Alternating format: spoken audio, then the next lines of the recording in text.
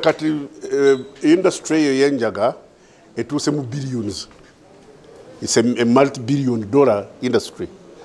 Otegede kubanga bagamba ku katale k'ensi yonna lita y'eddagala ya oil yevamu eddagala lita y'enjaga eyo evamu $1 1,000 ze miliyoni 3.6 oba 3.7. So nawe okiraba nti singa abantu baffe bakkiriza nga bagoberera amateeka g'okulima enjaga. Kulima enjaga eyo y'eddagala so si njaga eno eyaki ey'okucakala etamiiza. Abantu baffe abakisobola toyinza gamba nti buli muntu yenna akisobola kubanga ya bbeeyi si buli muntu yenna agisobola. Singa tufunira abantu baffe omukisa ogulima enjaga nabo squeeze ne bagirongoosa ne bajjamu omubisi ogwo ne bagutunda tufuna ku sente. Scientist atugambye nti oluusi bicamusa omutwe ate ne byongera n'amaanyi naye byebuja ebiri wadde gyebiri abantu baffe West Nile tebanayononeka tebaweddewo. West Nile wavayo abantu abagezi nnyo babumba abantu abasingayo amagezi mu Uganda muno bava West Nile wadde ebinanka ebigunda ebyo bibeera munanka mu kutale. General, there is that kusinga omwenge byonna bibi. Omwenge mubi, enjaga mbi, mira mbi, naye weebiri.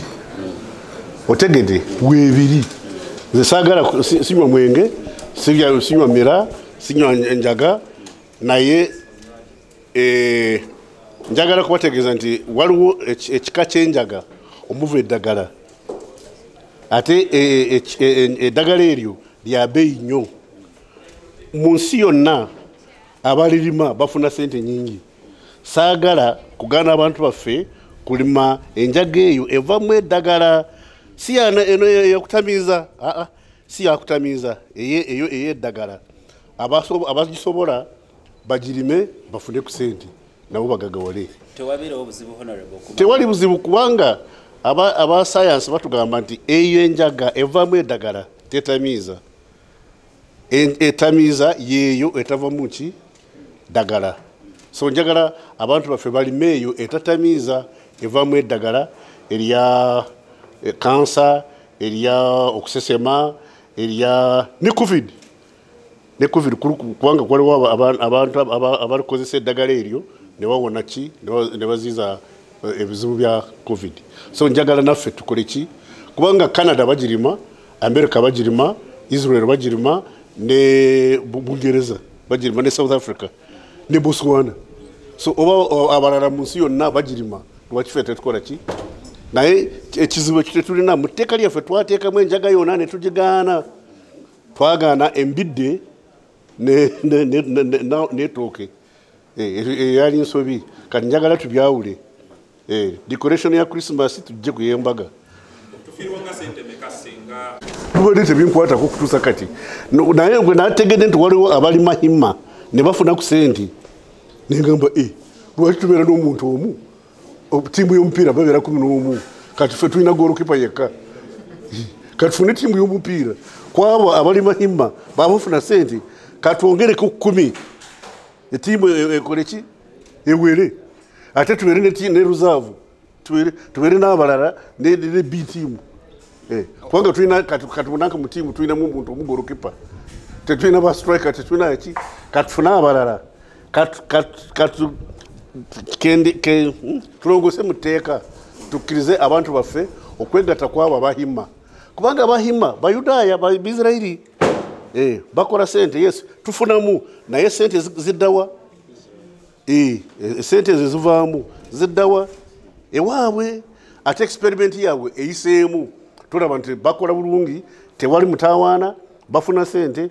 Lwaki ffe tetukkiriza Bannayuganda bakiwanuka bakahinda baokero nabo ne bakola ki kubanga nabo balina amagezi balina sente balina obuyinza balina ba scientists tulina abapoliisi abasobola okukuuma enjaga eyo nabo bakole ki lwaki tugiwaana nkagundi si kugamba nti saagala ba investor naye abantu baffe bakaddugala nga nze nabo tuteeka okuba waki omukisa Honorable, you are a renowned farmer and you do a lot of cattle rearing. If this law is passed, kosa police tuja kukosa na bano aba security companies zoniza security muchifoto kubera nga bakuma nanka gundi bayine bidanke bigundi ebiti bakuma mayumba bagende bakume industries ngezo kubanga ziri mu omugaso bafuna sente nyingi eddagala eryo luva mu sente nyingi so bayiza kubongera abakumya abo abalinza abo bayiza kubongera na kumusara lwa kubanga industry besobora okusasula. We allowed certain farmers, a certain company, on experimental basis, to grow cannabis, medicinal cannabis, and we've proved that they are successful. Fortunately, those who are growing are foreign investors. They are from Israel. Now, what I'm arguing is the proceeds, much as we get taxes, some benefits, much of the proceeds is repatriated to Israel. So I'm saying, if these fellows are making profit, why don't we allow our own people, Ugandans, the Chiwanukas, the Otafiles, the Okelos, the Bamasava, to grow cannabis, those who can afford, those who have the capacity to grow it, and the proceeds remain here. And on the safety, you told us that even back at home you used to give these things to animals. Yes, but that is the one which makes people high.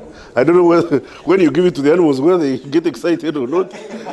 You know, there is we give this cannabis, and actually it's THC, the one which makes people high, to cows which are suffering from a disease we call musimajiro. You know, we give these drugs to cows. I don't know whether they get high because I've never been a cow. And I don't intend to. So, but I think it makes economic sense that since these people have been successful and we've not had incidents, we should allow other people to join the industry. Somebody can worry about the safeguards that are in place. No, the safeguards were deployed in Kasese. And they've grown this cannabis for 4 years. And we've not had an incident. Can also be selectively, you know, used for other farmers who have capacity, you know, because we can afford to guard 100, even 1,000 gardens. Yeah. You don't have to use the